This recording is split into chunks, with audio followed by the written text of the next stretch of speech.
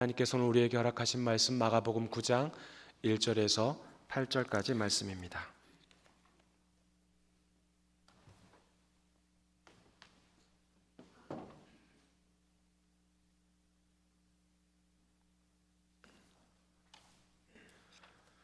하나님의 계시의 말씀을 한 목소리로 받들어 읽겠습니다. 또 그들에게 이르시되 내가 진실로 너희에게 이르노니 여기 서 있는 사람 중에는 죽기 전에 하나님의 나라가 권능으로 임하는 것을 볼 자들도 있느니라 하시니라.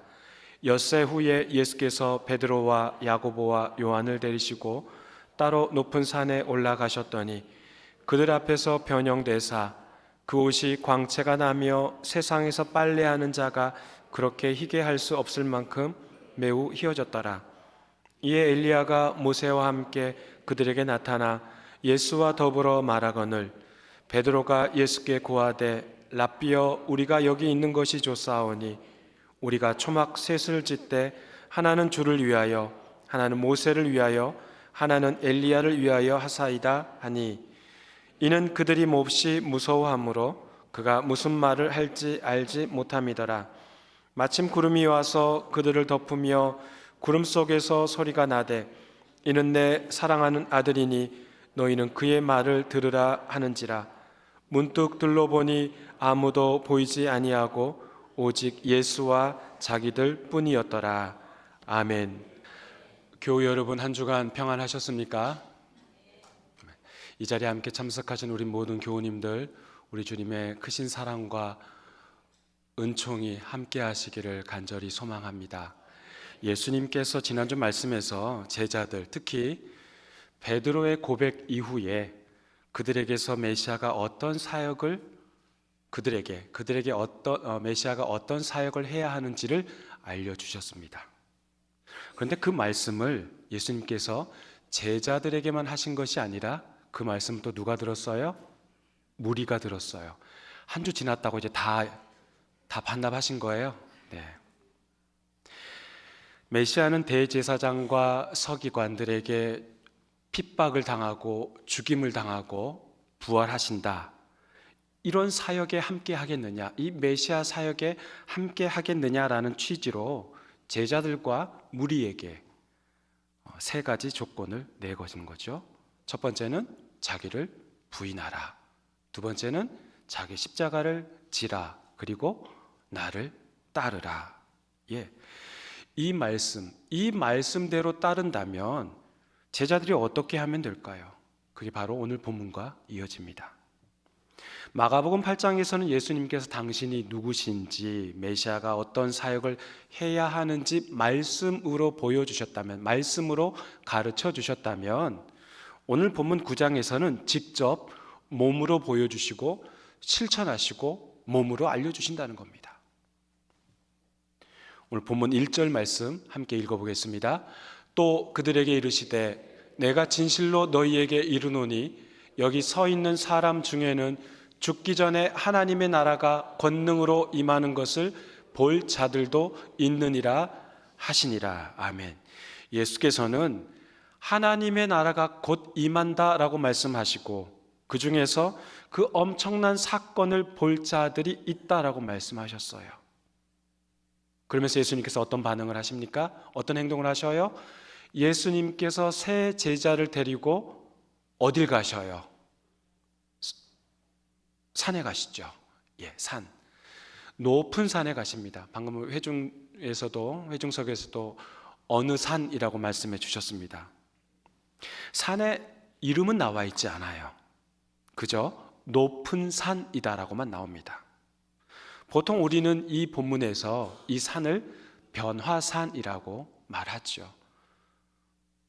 지역 이름이 변화라는 지역이 아니라 예수님께서 그의 몸이 변화되었고 변모되었고 변형되었다라고 해서 우리는 이 산 이름을 변화산 또는 변모산이라고 부릅니다. 학자마다 이 높은 산, 오늘 본문에 높은 산이라고 나오니까 이 높은 산이 어디에 있는지에 대해서 크게 두 가지 견해를 주장합니다. 첫 번째는 예수님께서 제자들과 함께 빌립보 가이사랴에서 말씀을 하시고 예수의 사역 정체성에 대해서 그런 이야기를 다 하셨으니 그곳에서 가장 가깝고 또 가장 높은 산인 헬몬산, 헐몬산에서 예수님께서 그런 모습을 보여주셨을 것이다 라는 주장이 하나 있고요. 또 하나는 이제 오늘 본문 이후에, 오늘 사건 이후에 제자들과 예수님이 갈릴리 지역으로 가니 갈릴리 호수에서 서쪽으로 약 18km 떨어진 고도 해발 588m인 이 다볼산일 것이라고 추정하기도 합니다. 헐몬산 또는 다본산. 그래서 지금 이 다볼산에는 성주의 순례 가 보시면 아시겠지만 지금도 예수 변화 기념교회가 있어요. 마가복음 저자는 지금 산의 이름이 무엇인가에 초점을 맞추고 있는 게 아니에요. 헐몬산이 됐든 다볼산이 됐든 지금 그게 중요한 게 아니라, 그리고 그렇다고 높은 산, 지형에 관심이 있어서 높은 산이라고 부른 것도 아닙니다. 높은 산이라고 한다면 나름의 기준이 있을 거 아니에요. 예를 들면 우리나라에서 가장 높은 산은 한라산인데 이 한반도에서 가장 높은 산은 백두산이다 보니 한라산은 백두산보다 낮은 산이 되는 것이죠. 그러니까 이건 다 상대적인 거라는 거죠. 이처럼 마가복음의 저자가 지형에 관심을 가지고 말하고 있는 것이 아니라 이 높은 산이라고 기록한 이유는 다른 의미가 있다라는 겁니다. 그러니까 영적인 의미로서 의도적으로 높은 산이라고 기록하였다는 것이죠. 높은 산이라고 기록한 것은 영적으로 초월적인 장소, 또 사람이 범접하기 힘든 공간이란 뜻입니다. 구약의 이사야에서도 산 이야기가 나옵니다. 그 산도 아주 가장 높은 산으로 나오는데요. 이사야 2장 2절 말씀 함께 읽어보겠습니다. 말일에 여호와의 전에 산이 모든 산 꼭대기에 굳게 설 것이요 모든 작은 산 위에 뛰어나리니 만방이 그리로 모여들 것이라. 하나님의 전이 있는 이 예루살렘에 있는 산, 그 산이 다른 산들 위 꼭대기에 굳게 선답니다. 가보신 분, 예루살렘, 이스라엘 가보신 분 알지만은 예루살렘에 있는 산보다 주변에 더 높은 산들이 많이 있어요. 그렇다면 땅에 지진이 일어나서 그리고 융기 작용을 통해 가지고 생겨서 갑자기 예루살렘 산이 다른 지역에 있는 산보다 우뚝 솟았다, 그런 뜻인가요? 지구과학 시간은 아닌데요. 그렇게 우뚝 솟았다, 그런 뜻인가요? 아니죠. 영적인 의미로 하나님의 말씀이 있는 예루살렘 성전, 그곳 산이 다른 곳보다 윤리적으로 최고봉에 이른다라는 뜻이죠.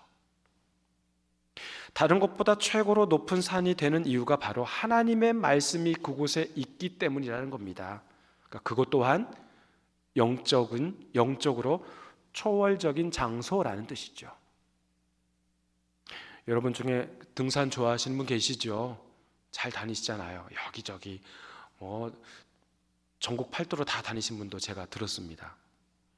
산 정상에 올라가면 마음이 확 트이잖아요. 그렇죠. 근데 굳이 높은 산에 올라가지 않더라도 우리 주변에 있는 가까운 산, 화봉산, 우성이산 또는 보문산에만 올라가 보셔도 여러 생각들이 드실 거예요. 그 산 정상에 딱 올라가셔서 저 아래 밑에를 보시면서 여러 가지 생각이 들 거예요. 참 아파트 많구나. 저 많은 아파트 빌딩 숲속에서 내가 뭘 하겠다고 아등바등 거렸나, 이런 생각도 들고요. 고작 아파트 평수 늘려보고자 내 한평생 다 바쳤나, 이런 생각도 들고요. 그리고 잘 아시다시피 산 정상에 올라가셔서 이렇게 밑을 내려보시면 1m 80cm의 아주 장대한 키를 가진 사람이나 저처럼 아담한 1m 한 65, 68cm는 위에서 보면은 어때요? 다 똑같아요. 다 똑같은 한 점이에요. 심지어는 사람이나 강아지나 다 작게 보이고 점 하나에 불과하다는 것이죠. 그러니까 산 정상에서 세상을 바라보면 호연지기가 따로 없다라고 표현하지도 않습니까? 표현하기 하기도 하지 않습니까? 그런 겁니다. 그러니까 세상을 바라보는 관점이 달라지게 되는 것이죠. 또한 오늘 말씀에서 높은 산에 오른다, 영적으로 높은 지경에 올라 세상을 바라본다면 종말론적인 시각으로도 바라볼 수 있다는 것이죠.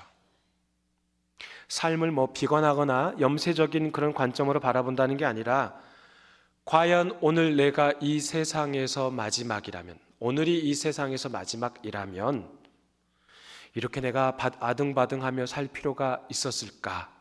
또는 십수년 전에 그 친구와 절교를 했는데 내가 지금이라도 가서, 시간이 좀 남아있으니 지금이라도 가서 화해의 손길을 좀 펼치면 어땠을까? 좀 더 베풀고 살았으면 어땠을까? 내가 꽉 쥐고 살았는데 이거 좀 내려놓고 살면 어땠을까? 이런저런 생각한다는 거죠. 내일 죽겠다는데 끝까지 버티고 살겠습니까? 지금 예수님께서는 높은 산에 올라가 이들에게 그러한 초월적인 신앙을 가지도록 새로운 경험을 쌓도록 데리고 가신 겁니다. 그리고 새로운 관점을 가질 수 있도록 시야를 넓혀 주시기 위해 하나의 가르칠 목적이 있었다라는 것이죠. 베드로를 포함하여 제자들이 올라가서 보니 아주 기가 막힌 현장을 보게 됩니다. 예수께서 그들 앞에서 변화됩니다. 옷에 광채가 나요. 정말 어떤 세탁업자가 빨래해도 그토록 희게 할 수 없을 만큼 희고 광채가 빛이 납니다. 게다가 엘리야와 모세까지 등장합니다. 엘리야와 모세가 등장하여 예수님과 서로 대화를 나눕니다. 오늘 말씀에서 대화의 내용은 나오지 않아요. 그러니까 이 마가복음의 저자는 이 세 사람의 대화가 무엇인가에, 대화의 내용이 무엇인가에 대한 관점, 거기에 초점을 두는 것이 아니라 초월적인 경험을 베드로와 이 제자들이 하고 있는 것에 초점을 맞추고 있다는 것이죠. 이 얼마나 놀라운 일입니까? 이 광경을 보니 베드로가 뭐라고 말합니까? 랍비여, 우리가 여기 있는 것이 좋사오니 우리가 초막셋을 짓겠다라고 합니다. 한번 따라해 볼까요? 우리가 여기 있는 것이 좋사오니, 우리가 여기 있는 것이 좋사오니. 네, 오늘 말씀의 제목이기도 하죠. 우리가 여기 있는 것이 좋습니다. 전혀 예상할 수 없는, 누군가에게 이 광경을 나중에 설명하기도 힘든 이 엄청난 사건을 이 세 명의 제자들이 지금 경험하게 된 겁니다. 그렇습니다. 이와 같은 이런 초월적인 신앙 체험이 우리 신앙인들에게도 중요하다는 거예요. 고린도 공동체에도 하나님께서 각 공동체 구성원들에게 성령의 은사를 주시지 않았습니까? 방언의 은사, 방언을 통역하는 은사, 또 신유의 은사, 병 고침의 은사, 예언하는 은사, 가르침의 은사, 그 외에도 다양한 은사를 주셨어요. 제가 여러분께 한 가지 여쭤볼게요. 은사는 타인에게 자랑하라고 주신 겁니까? 아니면 은사는 자기 자신에게 잘 간직하라고 주신 겁니까? 아니면 은사는 신앙 공동체, 지역 공동체에 섬기라고 주신 겁니까? 1번, 2번, 3번. 네. 아까 이거를 1부 때 말씀드렸더니 은사는 너무 길어서 말씀하시기 힘들으셨던 것 같아요. 1번, 2번, 3번. 3번이죠. 은사는 하나님께서 주신 선물인 은사는 신앙 공동체와 지역 공동체에 섬기라고 주시는 거죠. 받은 은사를 잘 간직하라고 주신 게 아니에요. 받은 은사를 다른 사람들에게 자랑하라고 주신 게 아니라는 거예요. 받은 은사를 나누라고 주신 거죠. 섬기라고 주신 거죠. 보십시오. 그런데요, 이 베드로와 두 제자들도 지금 초월적인 신앙 체험을 했어요. 하나님께서 특별히 이 세 제자에게 보여주신 것이죠. 이 엄청난 체험 이후에 베드로가 한 말이 뭡니까? 우리가 여기 있는 것이 좋습니다. 우리가 여기 있는 것이 좋사오니 라고 말해요. 무슨 뜻이에요? 있는 말 그대로예요. 내려가기 싫다는 거예요. 여기가 좋아요. 너무 황홀한 그런 황홀경을 보고 나니까 현실로 내려가기 싫다는 거예요. 지금 전무후무한 경험을 한 거잖아요. 엘리야도 만났어요. 모세도 만났어요. 스승 예수님은 입은 옷은 쳐다보기 힘들 정도로 하얗게 광채가 빛이 나요. 설령 이게 꿈이라 해도 이 멋진 체험에서 깨어나고 싶지 않다는 거죠. 그러니까 여기 남아있다고 있고 싶어 하는 겁니다. 오늘 베드로가 겪은 상황과 비슷하지만 전혀 다른 반응을 보인 한 사람이 등장합니다. 이 사람도 엄청난 체험을 합니다. 성전에서 기도하다가 환상을 보게 됩니다. 하나님의 옷자락이 성전에 가득합니다. 영적 존재인 스랍들이 날아다니며 거룩하다 거룩하다 거룩하다라고 노래를 부릅니다. 그 노랫소리가 얼마나 우렁차게 큰 소리인지 성전의 문지방이 터가 흔들립니다. 그 모든 광경을 본 그 사람은 아이고, 나는 부정한 자다. 하나님을 뵙게 되어 나는 죽게 되었도다 라고 말합니다. 날아다니던 스랍이 그의 입을 숯불에 대어 죄 사함을 선포합니다. 여러분, 이것 또한 아주 엄청난 광경 아니겠습니까? 이런 초월적인 영적 체험을 한 이 사람은 어떤 반응을 보입니까? 이사야 6장 8절 말씀 읽겠습니다. 내가 또 주의 목소리를 들으니 주께서 이르시되 내가 누구를 보내며 누가 우리를 위하여 갈고 하시니 그때 내가 이르되 내가 여기 있나이다 나를 보내소서 하였더니. 아멘. 그렇습니다. 초월적인 그런 영적 체험, 신비로운 경험을 한 후에 거기 머물러 있으면 안 됩니다. 우리는 여기가 좋아요. 누가 몰라요? 우리는 여기가 좋습니다. 그렇게 말하는 게 아니라 내가 여기 있습니다. 나를 보내십시오라고 말해야 한다는 것이죠. 서울 강남의 어느 교회는 구제와 또 선교를 모두 헌금으로 해결하려고 합니다.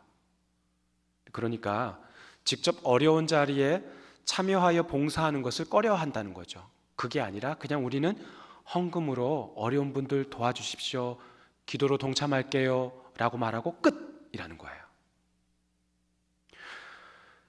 그분들 사정을 들어보면 또 이해가 되기도 해요.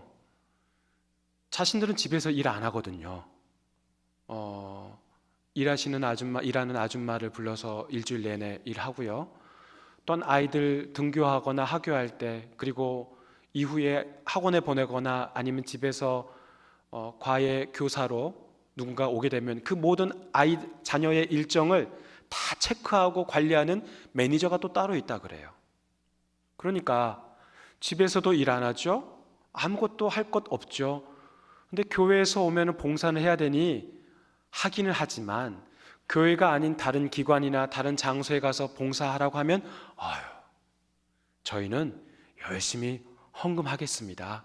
그걸로 어려운 분들 도와주시고 저희는 기도로 돕겠습니다 라고만 말한다는 겁니다.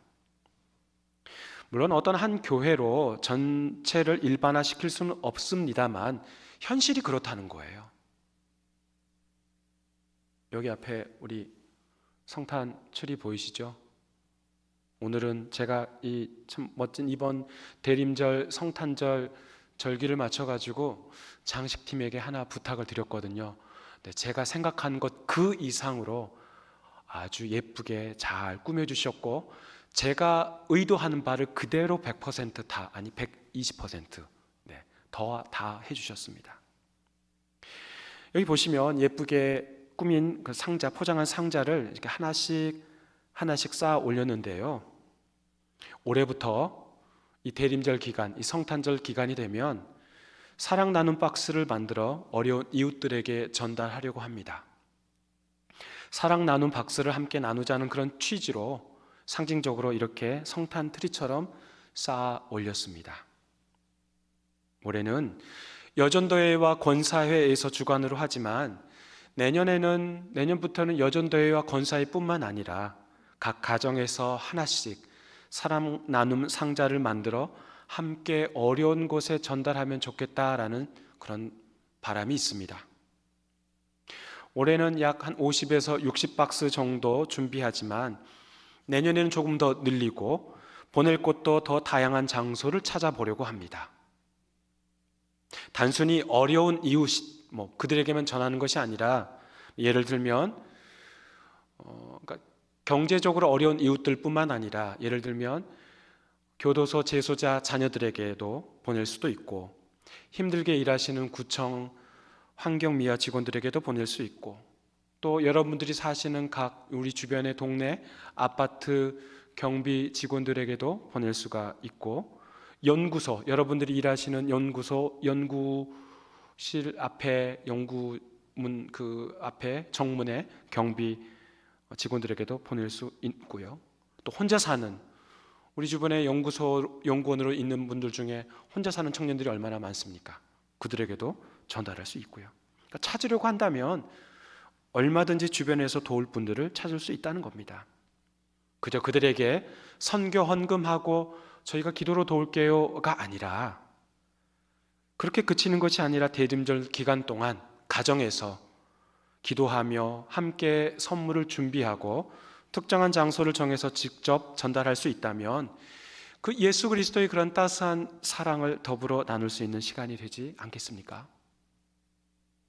베드로는 우리는 여기가 좋아요, 당신을 위해서, 세 분을 위해서 초막을 짓고 싶어요 라고 말합니다.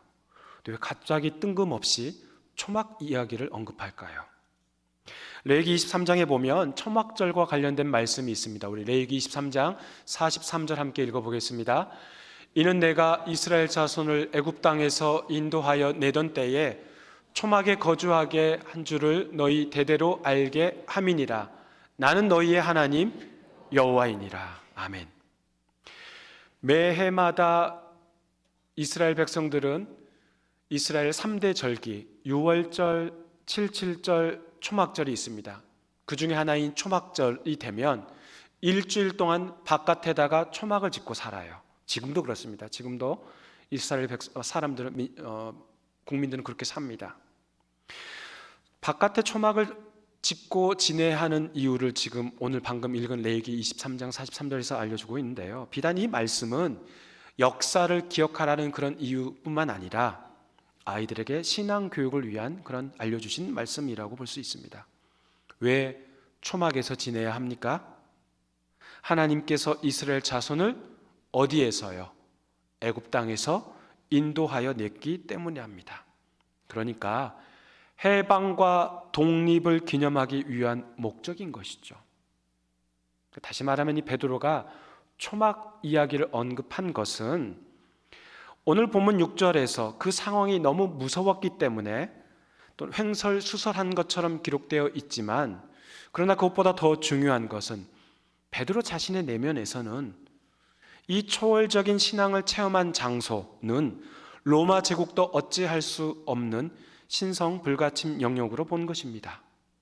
그러하기에 베드로는 그곳에 남아있기를 간절히 바랬던 것이죠. 쉽게 말해서 그 거룩한 장소, 초월적인 영적인 체험을 한 그 장소에서 떠나고 싶어 하지 않은 거예요. 산 밑으로 내려가고 싶지 않다는 거예요. 보십시오. 베드로가 예루살렘 교회 공동체는 지금 예수님이 승천하신 이후에 성령의 임재를 경험하고 성령이 충만하여 하나님께 찬양을 드립니다. 날마다 마음을 같이하고 성전에 모이기를 힘쓰고 그들이 가지고 있는 것들을 서로 나누며 가지고 있던 재산을 모두 팔아 함께 나누는 그런 공동체를 이룹니다.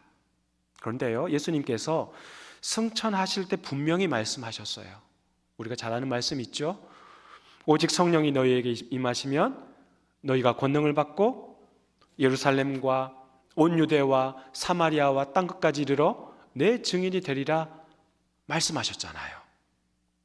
그런데 이 예루살렘 신앙공동체는 예수님께서 호산나 호산나 백성들이 노래하며 불렀던 그 입성했던 곳, 그리고 십자가를 지신 곳, 사흘 만에 죽음을 이기고 부활하신 곳, 바로 그 장소 예루살렘이 좋사오니 우리는 그곳에만 머무르고 싶습니다 라고 한 거죠. 그런 그들에게 하나님께서는 그들을 어떻게 하셨습니까? 박해를 통해 흩어버리셨어요. 사랑하는 교우 여러분, 초월적인 신앙 체험을 한 곳이 좋은지 누가 모르겠어요. 정말 그곳에만 있고 싶어 하겠죠. 싶겠죠. 하나님을 찬양하고 성령 충만한데 누가 그곳을 떠나고 싶어 하겠느냐는 겁니다. 그러나 주님께서는 체험한 그 장소에만 머무르기를 원하지 않으신다는 겁니다. 보십시오. 베드로가 세 사람을 위해 엘리야와 모세와 예수님을 위해 초막을 짓겠다라고 말하는데 예수님께서 그 제안에 반응을 하십니까? 반응을 하지 않습니까? 예수님께서 어떤 대답을 하셔요? 대답을 하지 않으셔요? 대답 안 하셔요. 반응 안 하셔요. 오히려 누가 반응하십니까? 본문 7절 말씀 함께 읽어보겠습니다. 마침 구름이 와서 그들을 덮으며 구름 속에서 소리가 나되 이는 내 사랑하는 아들이니 너희는 그의 말을 들으라 하는지라. 구름 속에서 소리가 납니다. 누구의 말씀이에요? 하나님의 소리예요. 하나님의 소리. 하나님의 음성이죠.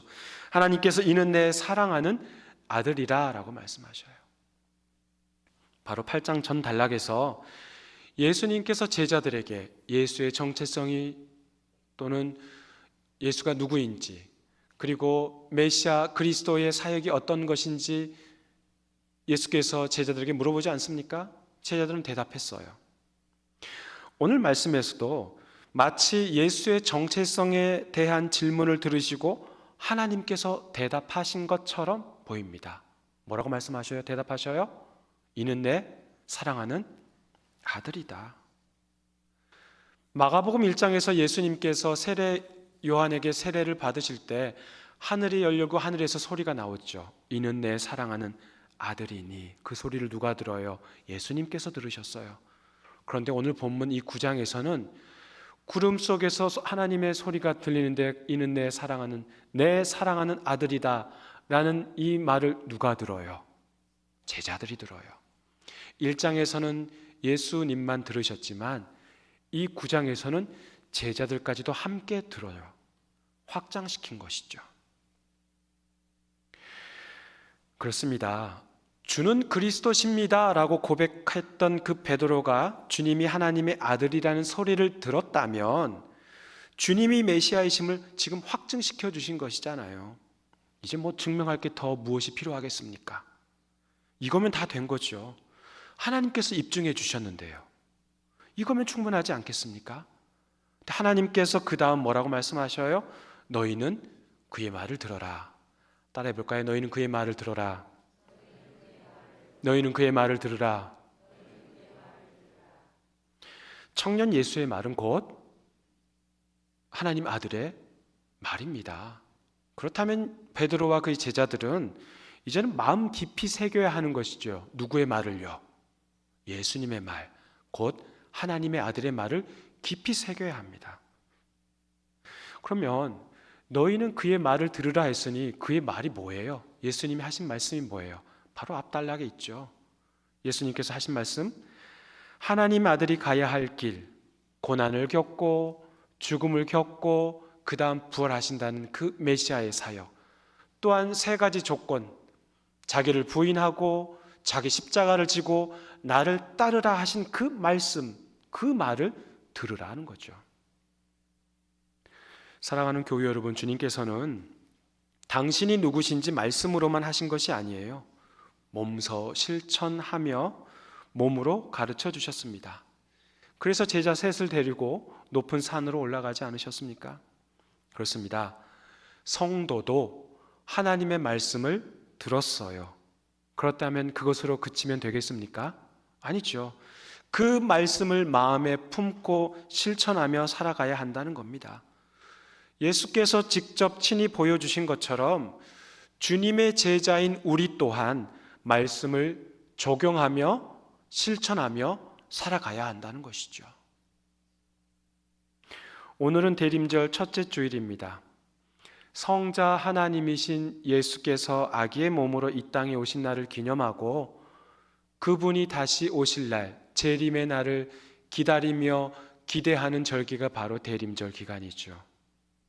저는 오늘 본문이 누가 정해준 거 아니에요. 우리가 지금 계속 한 주 한 주 읽고 오고 있습니다.